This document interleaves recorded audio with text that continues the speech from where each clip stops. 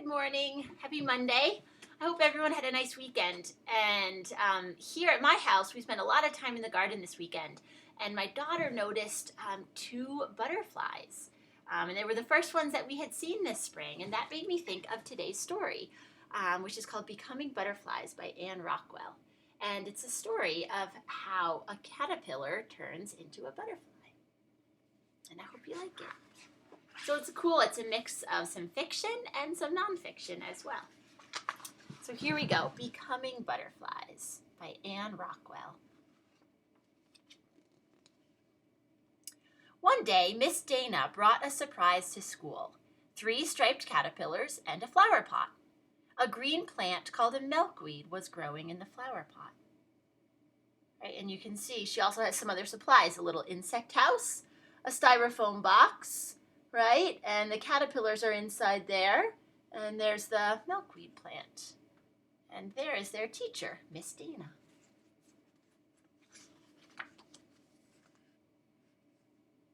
She told us butterflies don't have baby butterflies.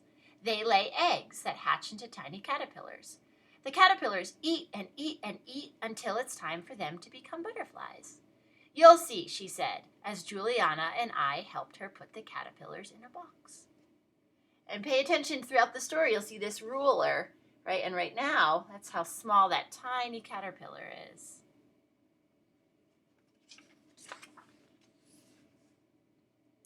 We put some milkweed in the box, and our caterpillars started to eat it. We put a screened lid over the top so they could get fresh air, but couldn't crawl away. Then we drew pictures of them eating the milkweed.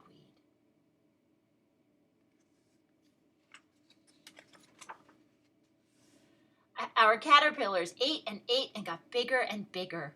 But they're not becoming butterflies, Juliana said. They're just big fat caterpillars. Oh, wait and see, said Miss Dana.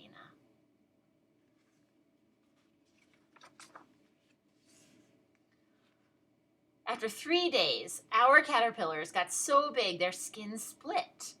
A new striped skin, just the right size, was underneath it. I think caterpillars are always hungry because ours ate their old skins and then more milkweed. I drew a picture of that. And you can see him holding up his picture there. Very proud of that. A few days later, their skins split again. When our caterpillars were about 2 weeks old, one hung upside down from the screened lid, from a little thread of black silk it made. Hey, look, it's spelling my name, Juliana said. She was right. The caterpillar had made itself into the letter J.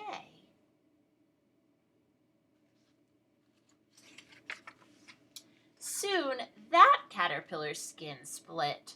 But we didn't see any new striped skin. All we saw was a glob of greenish-white jelly. There wasn't a caterpillar to eat the old skin.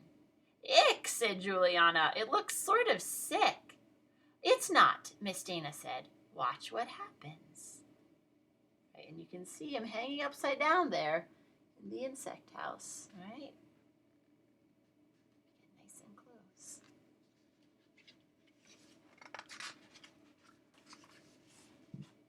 We watched the jelly get smoother and greener. Soon it was hard and smooth with a ring of gold dots. Hey, now it's not icky anymore, said Juliana. It looks like a beautiful jewel. But where did the caterpillar go? I asked. It's becoming a butterfly, said Miss Dana. But first it must become a chrysalis. That's what it is now.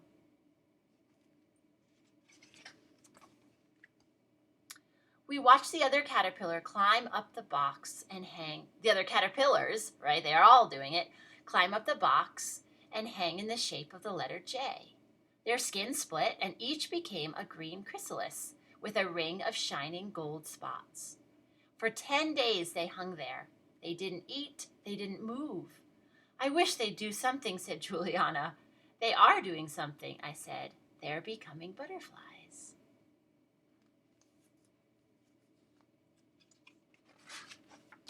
One morning, a chrysalis turned dark brown. What's wrong? I cried. Nothing is wrong, but now it's time, said Miss Dana. It's almost a butterfly. You will see. Right, so all the kids are looking. They're so excited. see what happened, so am I. We watched as the shell of the chrysalis peeled away. It had turned clear as glass. A butterfly with wet and folded wings hung from it, waiting for its wings to dry. Wow, everyone said, look at that. It's pretty amazing. That afternoon, we drew pictures of our beautiful butterflies. When their wings were dry, we opened the window. Each one sipped nectar from the flowers outside, then fluttered up to the sky. But I wanted them to stay. Juliana looked very sad.